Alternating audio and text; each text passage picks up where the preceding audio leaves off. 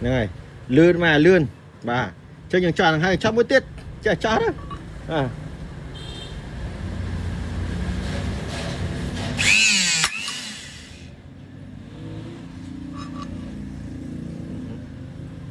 Cho lươn ở đây mà phây ly nè không vợ cho lươn rất tiệt ở về riêng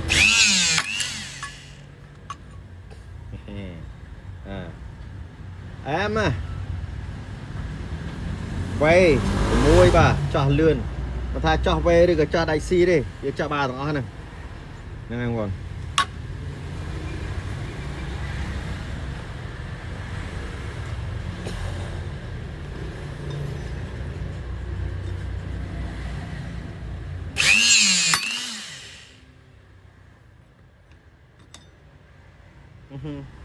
ok